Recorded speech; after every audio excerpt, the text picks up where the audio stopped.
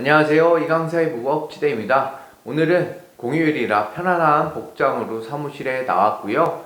어제 오늘 또 전세 사기 관련한 질문들을 많이 주셔서 답변을 드렸는데, 안타깝게도 2021년 11월과 2022년 6월경에 고액으로 전세 사기를 계약하신 분들이 만기가 이제 2년 후에 대부분 돌아오기 때문에 올해 가을과 그리고 내년 이제 여름 정도에 많은 분들이 또 전세보증금을 못 돌려받으실 것으로 예상이 됩니다. 그래서 제가 미리 어떻게 본인이 선순위 대항력 있는 임차인이 될 수 있는 것인지 판별하는 방법에 대해서 설명을 드리고요. 이 경매에서 공부하는 내용들인데, 내가 임차인인데 보증금을 돌려받지 못했다 라고 하면 본인의 상황을 대입을 해보시면 됩니다.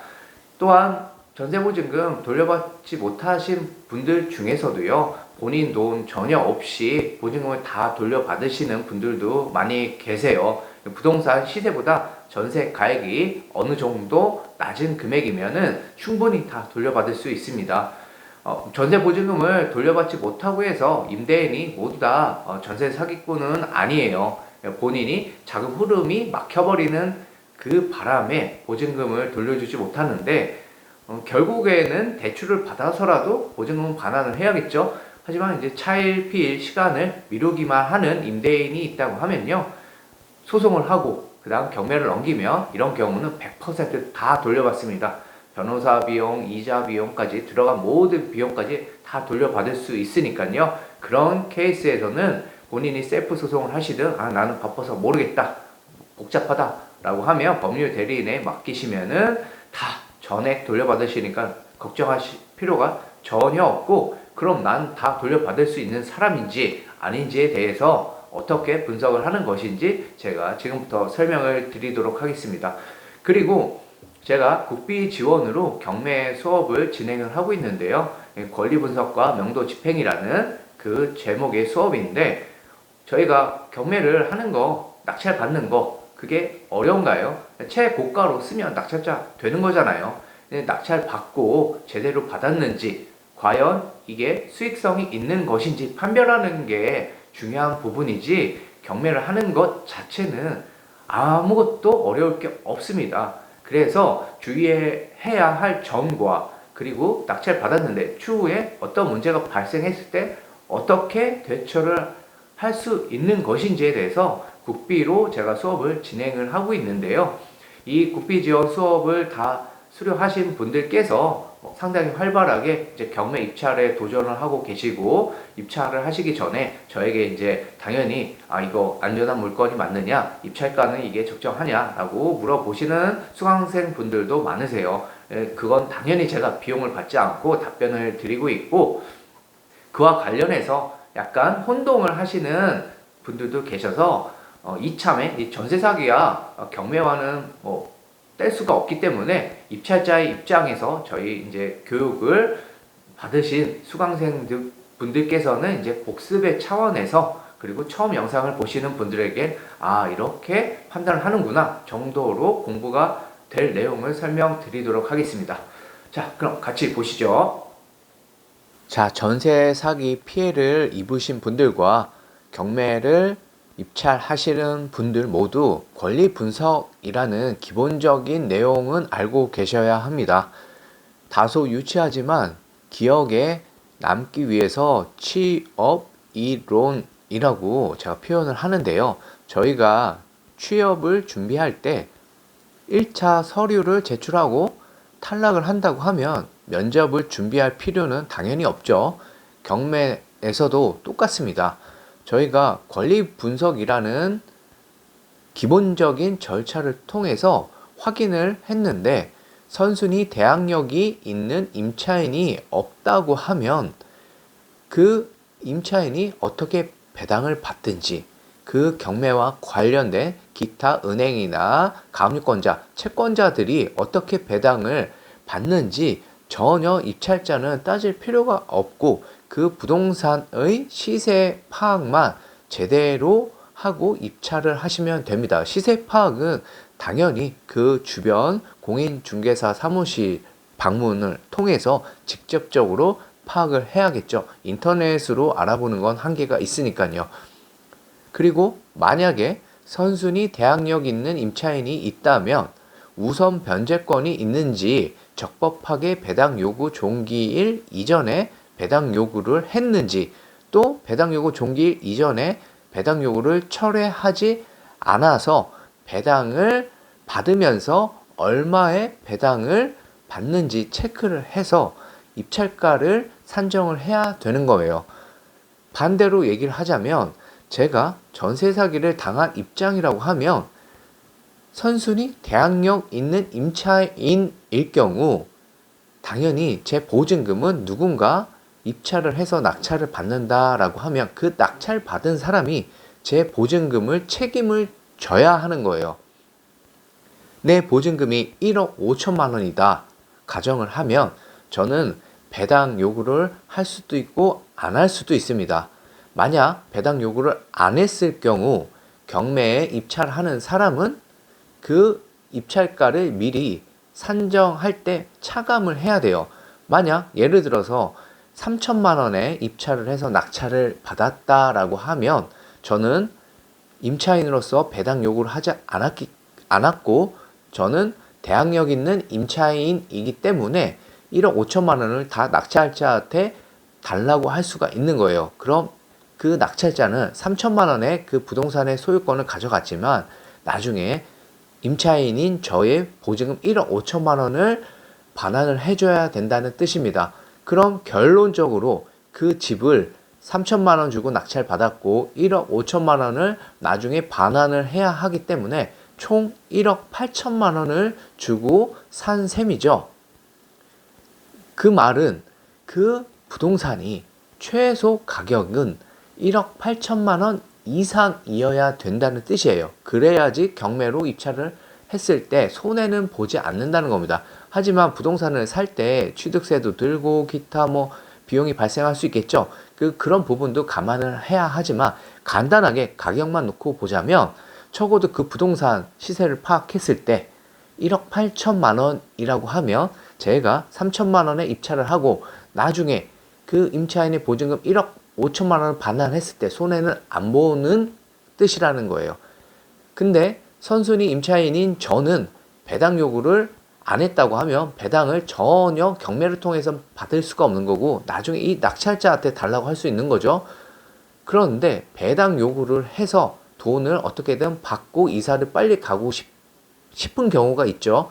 그렇다면 배당 요구를 할 수 있습니다. 배당 요구를 하고 이 임차인이 예를 들어서 입찰가를 1억에 제출을 했다라고 하고 배당을 통해서 제가 1억을 배당을 받는다라고 하면 저는 선순위 대항력이 있는 임차인이기 때문에 1억은 경매를 통해서 배당을 통해서 받고 나머지 못 받은 5천만 원은 이 낙찰자가 나중에 저에게 줘야 되는 거죠. 그럼 결론적으로 이 입찰자는 1억에 낙찰을 받았지만 선순위 대항력 있는 임차인 제가 보증금이 1억 5천만 원이기 때문에 1억에 낙찰 받았지만 나중에 또 5천만 원을 줘야 되는 거죠. 결론은 이 부동산은 시세가 1억 5천만 원 이상이어야 되는 겁니다. 만약 제가 배당 요구를 했고 낙찰자가 1억 5천만 원의 낙찰을 받았다라고 하면 다른 집행비용 같은 건 제외하고 제가 1억 5천만 원을 경매를 통해서 전부 다 배당을 받을 경우 저는 추가적으로 낙찰자한테 배당을 다 받았기 때문에 달라고 할 돈이 없겠죠. 그럼 입찰자도 1억 5천만 원에 입찰을 했고 낙찰자도 그 돈을 다 받아갔으면 추가로 나중에 대항력 있는 임차인한테 줄 돈이 없는 겁니다. 그것. 똑같이 그 부동산의 시세는 최소 1억 5천만 원 이상이어야지 이렇게 입찰을 하는 게 의미가 있는 거죠. 부동산 시세가 1억 8천 정도 되는데 선순위 대항력이 있는 임차인의 보증금이 1억 5천만 원이라고 하면 제가 1억 5천에서 6천에 낙찰 받고 전부 다 임차인이 배당을 받는다라고 하면 나중에 2, 3천만 원의 차익이 발생을 하겠죠. 이런 경우 문제가 없고 지금은 취득세나 인테리어 비용 이런 걸 다 이제 감안을 안 하고 얘기를 드리는 거고요.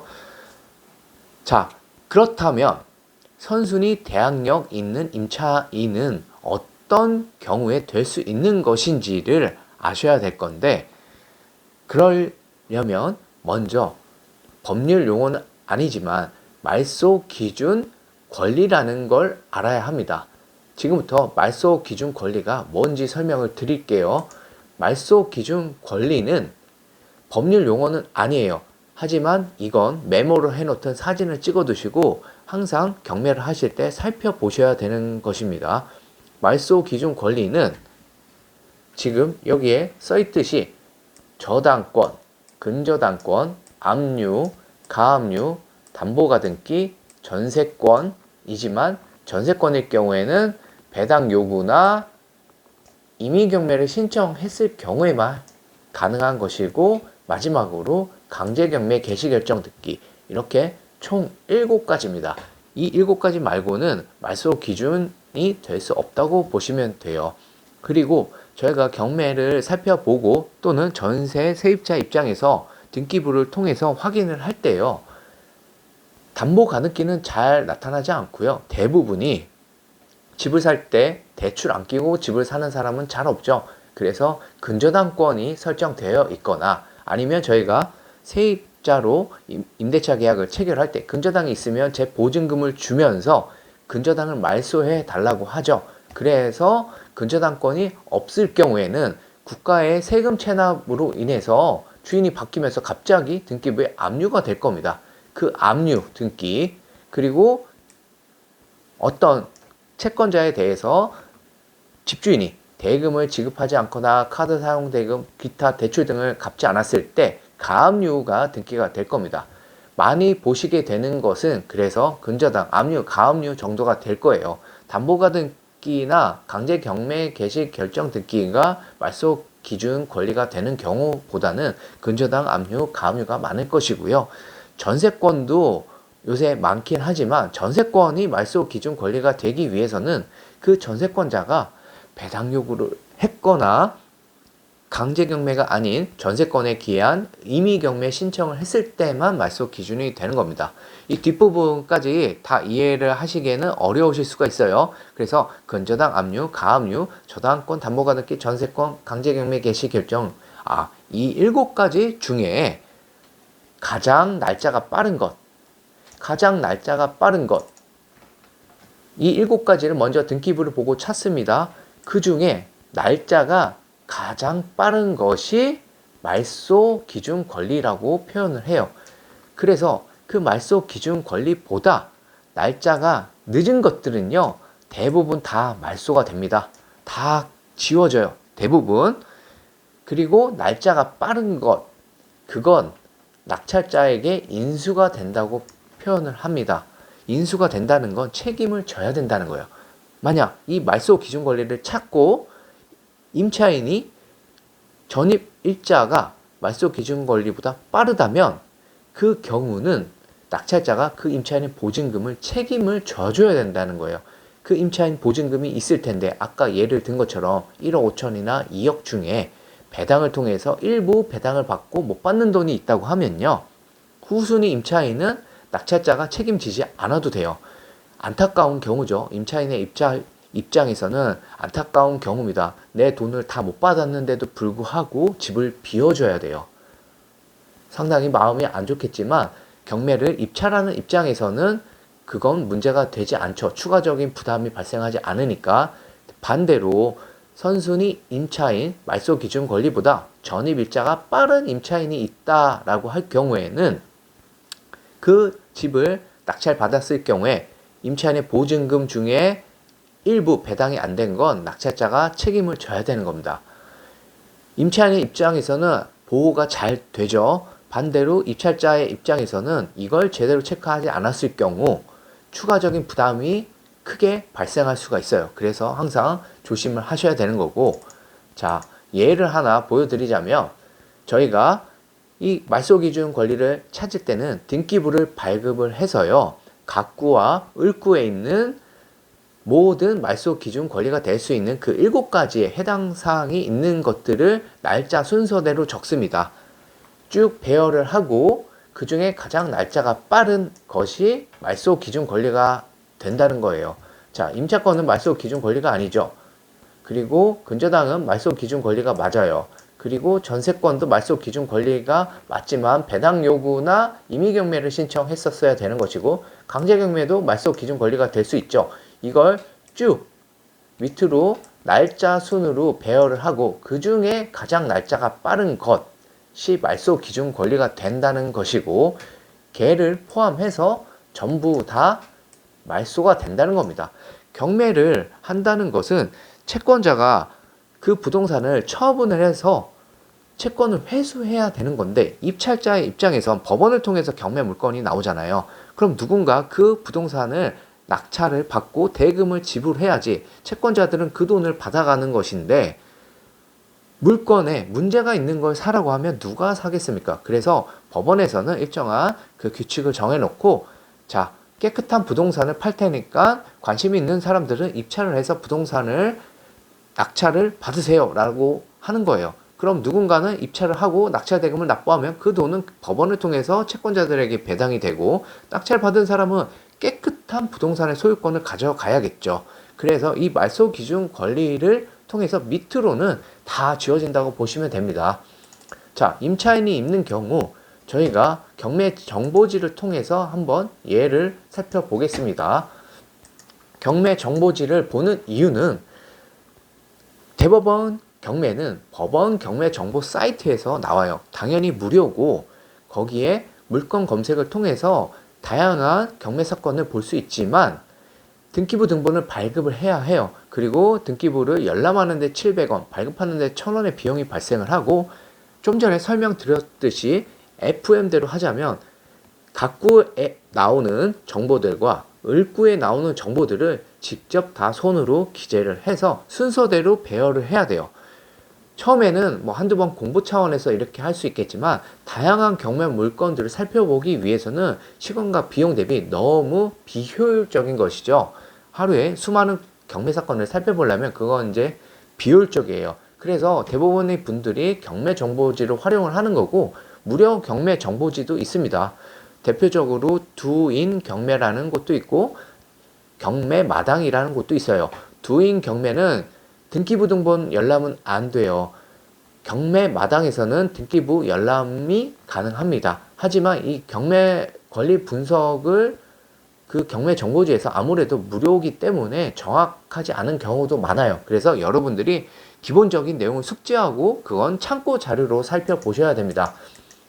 제가 지금 보여드리는 이 경매 정보지는 탱크 옥션이라고 하는 것인데, 일단 이 정도만 사용해도 뭐 충분한 것 같고요. 자, 예를 하나 보여드릴 건데, 두천시 지행동에 있는 대박 노블 랜드 아파트라는 곳입니다. 이건 저희 국비지원 수강생 분께서 임장을 다녀오시고 살펴보시고 시세 대비 메리트가 없는 것 같다, 입찰하지 않겠다라고 말씀을 하셔서 제가 이제 호수는 가려져 있는 상태로 여러분들과 함께 살펴보는 것이고요. 열심히 하시는 분들 많습니다. 공부를 하시고 꾸준히 입찰을 하시면 언젠가 좋은 결과가 있을 것이라고 보고, 그리고 이제 전세 세입자 중께서 이제 본인이 뭔가 보증금 반환이 쉽지 않다, 이런 경우에 어떻게 분석을 하는지 지금부터 살펴보시면 돼요.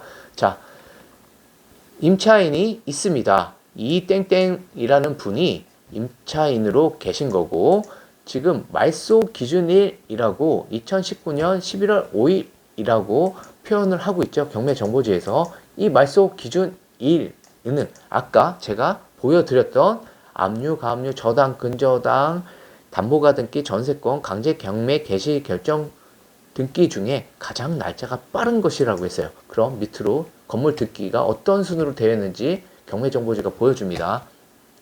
자, 각구에 가압류가 있었어요. 19년 11월 5일. 가압류, 가압류, 이것 다 말소 기준 권리가 될 수 있는 그 7가지 안에 있었던 것이죠. 그리고 주택임차권은 아니죠. 강제경매도 있었죠. 압류도 있었다고요. 이 중에 날짜가 가장 빠른 것은 2019년 11월 5일 가압류입니다. 이 기준 밑으로 그래서 싹 다 말소가 된다는 뜻이에요. 그리고 임차인이 있을 경우에는 자, 말소 기준 권리는 찾았죠? 2019년 11월 5일 기준으로 밑으로 싹 다 지워진다. 자, 말소 기준 2019년 11월 5일. 그래서 여기에 2019년 11월 5일이라고 써 있는 겁니다. 그리고 등기부를 발급하시면 직접 찾아보세요. 그럼 똑같이 써 있을 겁니다. 그리고 주택 임차권이 있을 때는 항상 주의를 하셔야 되는 게요. 이 등기가 된 날짜로 비교를 하시는 게 아니에요. 임차권 등기는 이미 발생한 임차인의 대항력과 우선 변제권을 유지시켜 주기 위한 것이지 이 등기가 된 날짜로 새로 효력이 발생하는 게 아니거든요. 주택 임차권 등기를 살펴보시면 우측에 항상 전입일과 확정일이 나와 있습니다. 제가 하나 또 다른 예를 주택 임차권 등기의 예를 보여드리자면 자, 주택 임차권 등기를 하게 되면요. 이건 저희 사무실에서 처리를 했던 것인데 주택 임차권 등기 명령이 사건 번호가 부여가 돼서 법원에 신청이 되면요. 결정이 나오면 이 날짜로 주택 임차권 등기가 되는 겁니다. 임대인 동의 없이. 그런데 우측을 보시면요. 임차 보증금이 얼마고 어느 부분을 사용하는지, 임대차 계약 일자는 언제인지, 주민등록 일자는 언제인지, 점유를 언제부터 했는지, 확정 일자는 언제 받았는지 다 기재가 된다고요. 여기에서 보시면 이 날짜부터 전입신고를 하고 거주를 하고 있죠. 확정 일자는 조금 늦게 받았고요. 자, 이 날짜랑 비교를 하시면 당연히 이 날짜가 빠릅니다. 임차인을 보호하기 위해서 주택 임차권 등기를 하는 건데 이 늦은 날짜를 기준으로 효력을 발생한다고 하면 임차인 보호가 안 되는 거죠. 당연히 이 빠른 날짜를 유지시켜 준다고 보시면 돼요. 그래서 절대로 이 날짜를 기준으로 비교를 하시는 게 아닙니다. 우측에 나와 있습니다. 이분의 경우는 2018년 3월 27일인 것이고 아까 그 경매 사건의 경우에서는 이분의 그 등기부에 있는 날짜는 이 날짜고요. 위에 올라가면 또다시 쓰여 있습니다. 전입일 2017년 12월 5일입니다. 전입은 조금 더 빨리 받으셨고 자, 임차인의 대항력이 있고 없고를 따지는 건 확정일자랑 전혀 상관이 없어요. 확정일자는요. 언제만 필요한 것이냐 배당의 순서입니다. 배당을 받을 때만 확정일자 날짜를 따지는 거예요. 저희가 아까 뭐 한다고 했죠? 첫 번째로 임차인이 배당을 받을 것인가 안 받을 것인가 그걸 따진다고 했죠. 1차 서류 전형에 떨어진다고 하면요. 면접을 준비할 필요가 없습니다. 지금 저희가 이 과정을 권리 분석이라는 표현을 해요.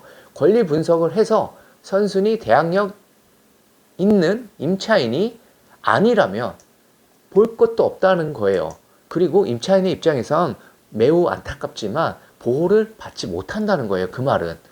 자, 선순위 대항력 있는 임차인을 그럼 어떻게 판단하느냐 그걸 설명드리는 것인데 그게 말소 기준 권리라는 권리 날짜를 찾고 저희가 아까 살펴봤죠. 말소 기준 권리는 저당권, 근저당권, 압류, 가압류, 담보가등기, 전세권, 강제경매 개시 결정 중 가장 날짜가 빠른 게 말소 기준 권리라고 했고 대항력은 이것과 전입일자를 비교하시는 거예요. 말소 기준 권리를 먼저 찾습니다. 등기부를 보고 찾고 또는 이런 경매 정보지를 보고 찾고 찾은 다음에 뭐랑 비교하냐? 임차인의 전입일자랑 비교합니다.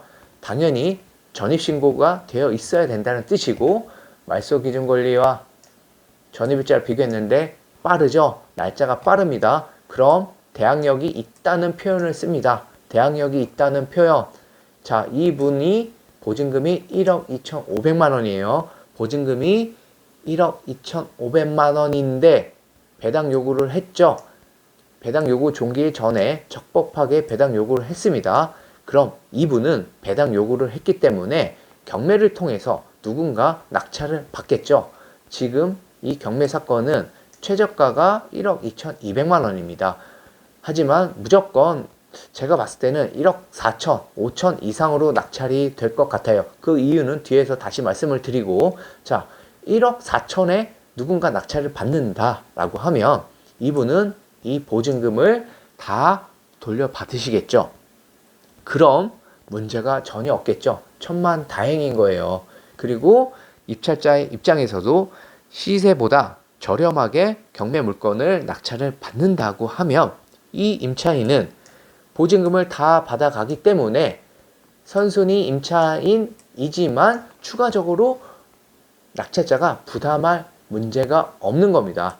그런데 이 부동산의 시세가 예를 들어서 높지 않고 지금 이 최저가라고 할게요. 이 최저가대로 누군가 낙찰을 받는다 라고 하면 예상 배당표도 저희가 볼 수 있는데, 이런 경매 정보지는 만약 이 가격에 낙찰을 받는다 라고 할게요.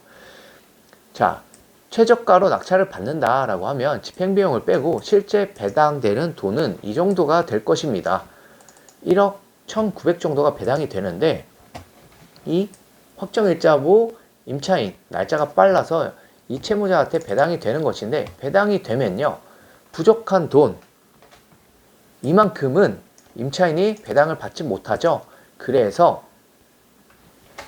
임차인에게 나중에 낙찰자가 추가적으로 변제를 해야 되는 거예요. 임차 보증금을 추가로 변제를 해줘야 됩니다.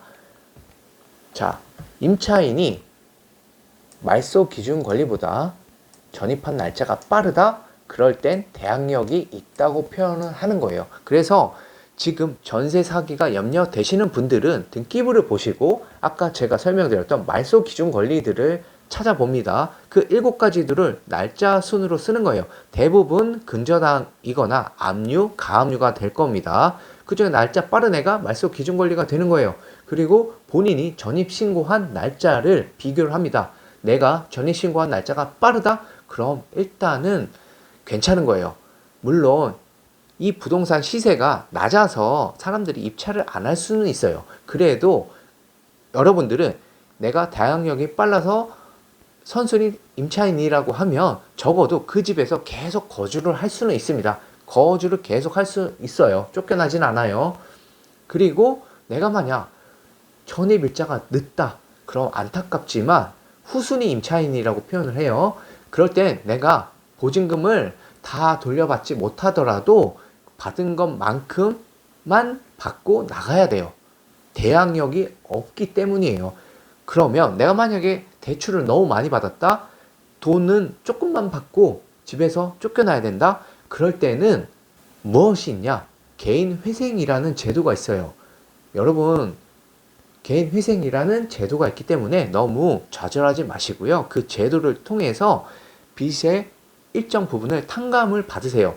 내가 만약에 극단적으로 예를 들어서 채무가 1억이면요. 변제율 한 30-40% 변제하면 나머지 빚 6-7천만 원은 변제하지 않을 수가 있는 개인 회생이라는 제도가 있습니다. 그래서 후순위 임차인이라고 하면 그런 식으로 문제를 수습하실 수도 있어요. 그리고 5월 25일 날 전세 사기 특별법이 제정이 됐죠. 그래서 전세 사기 피해 지원 센터에 방문도 하셔서 지금 무이자로 10년 대출되는 것도 있잖아요. 최우선 변제 부분. 그런 지원 받을 수 있는 부분들도 확인을 해보시고 추가로 궁금하신 게 있으시면 저한테 여쭤보셔도 됩니다. 자, 대항력이 있고 없고는 확정일자랑 전혀 상관없는 겁니다. 이것과 전혀 상관없어요. 저희는 무엇만 보면 된다. 전입일자로만 구분합니다. 무엇과 이 말소 기준 권리와 이 말소 기준 권리가 될 수 있는 건 7가지밖에 없습니다. 압류, 가압류, 저당, 근저당, 담보가 등기, 전세권, 그리고 강제경매 개시 결정 등기. 이건 등기부에 다 써 있는 거예요. 없으면 없는 겁니다. 그 중에 찾는 거예요. 근저당, 가압류, 압류가 대부분일 거예요. 그 중에 가장 날짜 빠른 애. 얘가 말소 기준 권리고 그럼 난 언제 전입했지? 그걸 따져보는 거예요. 날짜가 빠르면 일단 다행이다 라고 생각을 하면 돼요. 그리고 경매를 공부하시고 입찰을 하시는 분들은 만약 이런 상황이다, 대항력 있는 임차인이라고 표현을 하죠. 그럼 내가 이 부동산을 지금 1억에 낙찰 받는다고 하더라도요, 이 임차인은 1억 2,500만 원의 보증금이 있죠. 그럼 내가 이걸 1억에 낙찰 받는다고 하더라도 나중에 이 임차인에게 보증금 못 받은 2,500만 원을 줘야 된다는 뜻이에요. 결국은 이 부동산을 나는 낙찰을 1억에 받지만 2,500만 원을 나중에 줘야 되니까 결국 1억 2,500만 원을 주고 사는 거예요. 그러니 이 부동산의 시세는 무조건 1억 2,500만 원 이상이어야지 되는 것이죠. 최소. 그리고 재테크 목적으로 경매를 하신다는 건 차익이 있어야 되는 거잖아요. 그러니 시세가 적어도 이거보다 1,000만 원 이상 차이 갭이 있어야지 그걸 취득하시는 게 맞는 것이고, 내가 실거주 목적이다 라고 할 경우에는 뭐 지금 금매로 나온 시세보다 조금만 저렴하더라도 입찰하시는 건 괜찮겠죠. 자, 경매하시는 분들을 위해서 이제 추가적인 설명을 드리는데, 자, 이 부동산은 저희 수강생 분께서 직접 임장을 가셨다가 확인을 하시고 입찰을 안 하신다라고 하셨어요. 지금 최저 입찰가는 1억 2,200 정도고 6월 13일 날 진행이 됩니다. 먼저 네이버 부동산으로 시세를 살펴보시면 됩니다. 네이버 부동산에서 이 아파트를 검색을 하는 거예요. 최근 거래가는 1억 9천이라고 되어 있죠. 78제곱미터고 이 부동산 경매가 나오는 경매 정보지나 기타 대부분 사이트에는 전용 면적을 표현하고 있습니다. 이건 전용 면적입니다.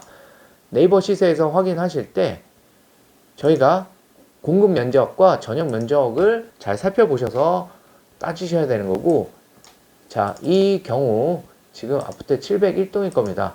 701동으로 살펴보시는데, 자, 701동의 경우 공급 면적은 78제곱미터고요. 전용 면적이 58제곱미터예요. 저희가 이 전용 면적을 잘 맞춰서 검색을 하셔야 돼요. 아니면 엉뚱한 아파트 시세를 찾게 되는 겁니다.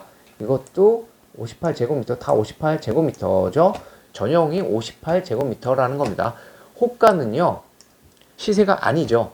이 부동산을 이 가격에 팔고 싶다는 뜻이잖아요. 그래서 호가를 보시는 건 아니고 인근 공인중개사 사무실에 가셔서 꼭 시세를 파악하십시오.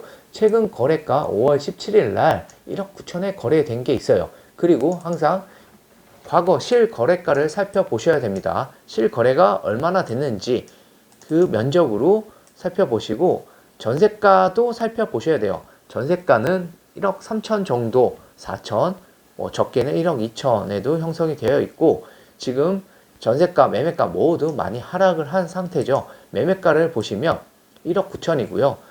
그래프도 살펴보셔야 합니다.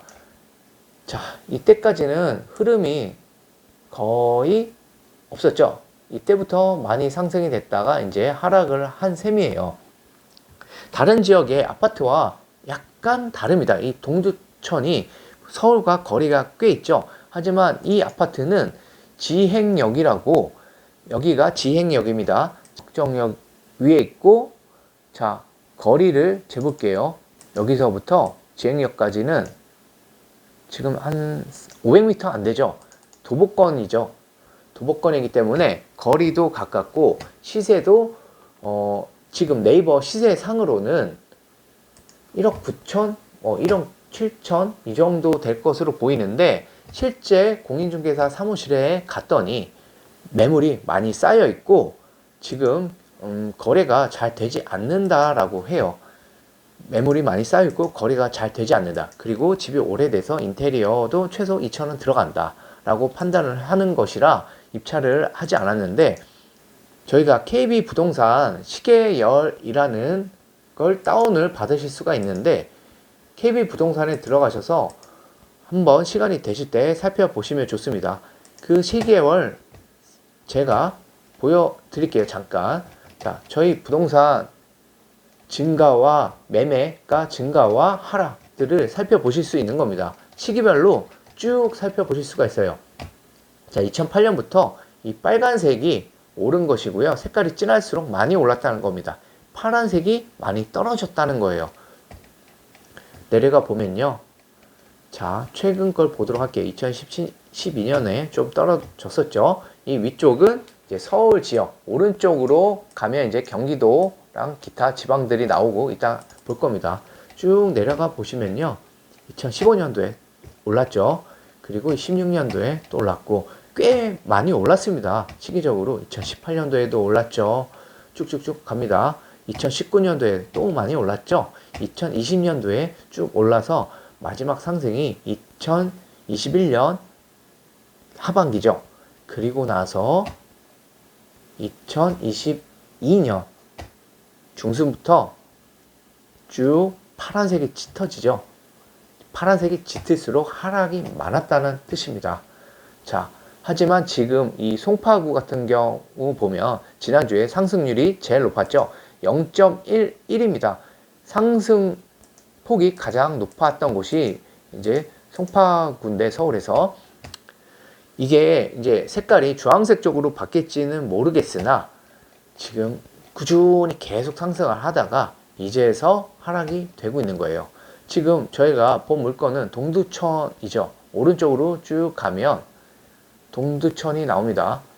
자, 경기 지역으로, 자, 여기가 동두천이고, 동두천은 근데 흐름이 조금 다릅니다.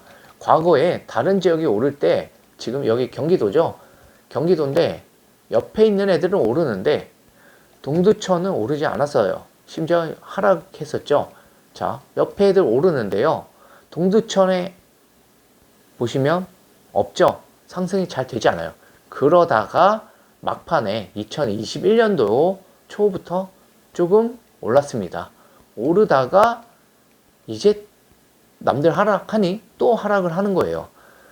지금 색깔도 짙죠.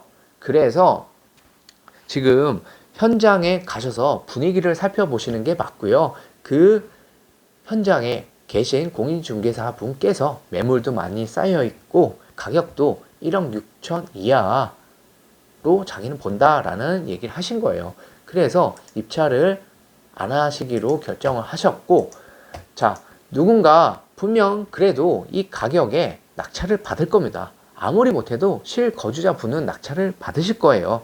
실거주자 분은 낙찰을 받으실 텐데, 이 부분 지금 입찰가를 산정을 하기 위해선 1억 6천 이하 전세가를 감안하고 인테리어 2천만 원 정도 잡고, 제가 봤을 때는 아무리 못해도 1억 5천에 1억 4천에 누군가는 낙찰을 받을 것 같습니다. 6월 13일이 지나고 나서 다시 살펴보겠지만 지금 최근 거래가가 1억 9천이에요. 1억 9천이지만 그건 이제 잘 거래를 했다고 보기 어려울 수 있고, 저희가 이제 과거 사례를 살펴보는 것도 중요한 것인데, 자, 과거 실거래가를 보시면 이 그래프가 나오죠. 지금 2021년도에 많이 상승을 했어요. 이때 거래가가 1억 4천, 5천, 6천, 자, 7천, 8천, 마지막이 1억 7천, 지금 5월 17일 1억 9천이란 말이에요. 적어도 보통 다른 부동산은요, 마지막에 두 번 상승을 했기 때문에 이 2019년 중순경의 가격 이하로 떨어지기는 진짜 어려울 거예요. 만약 이 가격까지 오면 어떤 부동산이든 취득을 하면 절대 손해보는 일은 없다고 보는데, 지금 이 동두천 부동산은 이 가격으로 보기에는 얘는 2019년 중순에 상승을 하지를 않았어요. 보시면. 그래서 이 가격 1억 3천은 아닌 것 같고, 그렇다고 하면 이 정도 1억 5천 정도가 마지노선이 아닐까 싶은데, 실제 공인중개사 사무실에서 1억 6천 이하의 물건이 많이 쌓였다고 했거든요. 그래서 1억 6천이라고 보면 인테리어를 감안한다고 하면 차금을 하면 2천만 원 정도, 1억 4천일 텐데 분명히 그냥 대충 수리하고 사시는 실거주자분이 있으실 것 같아요. 그래서 1억 5천 이상의 낙찰이 될 것으로 예상을 하는데, 이건 이제 본인의 사정에 따라서 입찰가를 잘 산정을 하셔야 될 것 같습니다. 오늘은 저 경매 입찰가를 산정하는 게 주안점이 아니었고요. 이 말소 기준 권리와 전입신고 날짜를 비교를 해서 날짜가 빠르면 대항력이 있다. 그래서 임차인이 배당 요구를 하고 그 배당금을 다 받지 못하는 경우에는 입찰자, 낙찰받은 사람이 못 받은 보증금을 줘야 한다. 하지만 임차인이 보증금을 전부 다 받아간다라고 할 경우엔 전혀 추가로 부담할 문제가 없기 때문에 그냥 똑같이 대항력이 없는 경우와 같이 판단을 하시면 됩니다. 임차인들께서 보증금을 돌려받지 못하는 상황에 처했을 때는요, 이제 셀프로 경매를 진행을 하실 수도 있는 것이고, 그 강제 경매를 진행하시기 위해서는 지급명령과 보증금 반환 청구 소송을 법원에 신청을 하셔서 판결문을 먼저 만드셔야 해요. 그리고 임차권 등기를 하실 때는 그것 또한 법원에 스스로 계약 종료가 됐는데도 불구하고 돈을 돌려받지 못하면 임차권 등기를 하시면 되는 것이고요. 아파트 가격이 3억, 4억 이상인 경우에 해당하는 분들은요, 정말 다행인 게 그 가격에서 보통 낙찰가는 70% 정도가 됩니다. 그럼 2억 정도가 될 것인데 3억이라고 치면요. 내 보증금이 1억 5천만 원 이하인 분들은 본인이 셀프 소송 안 하셔도 돼요. 왜냐하면 3억짜리 부동산이라고 치면 대출 없고 70%면 2억 1천이죠. 그래서 보증금이 1억 7, 8천 정도 되면 무조건 보증금 다 배당으로 받을 수가 있습니다. 하지만 임대인은 자기가 대출 받기 싫어서 또는 대출이 안 나와서 그 돈을 반환을 못해요. 새로운 임차인을 구해서 주려고만 합니다. 그런 경우에는 그냥 변호사 사무실이든 법무 대리인한테 맡기시면 됩니다.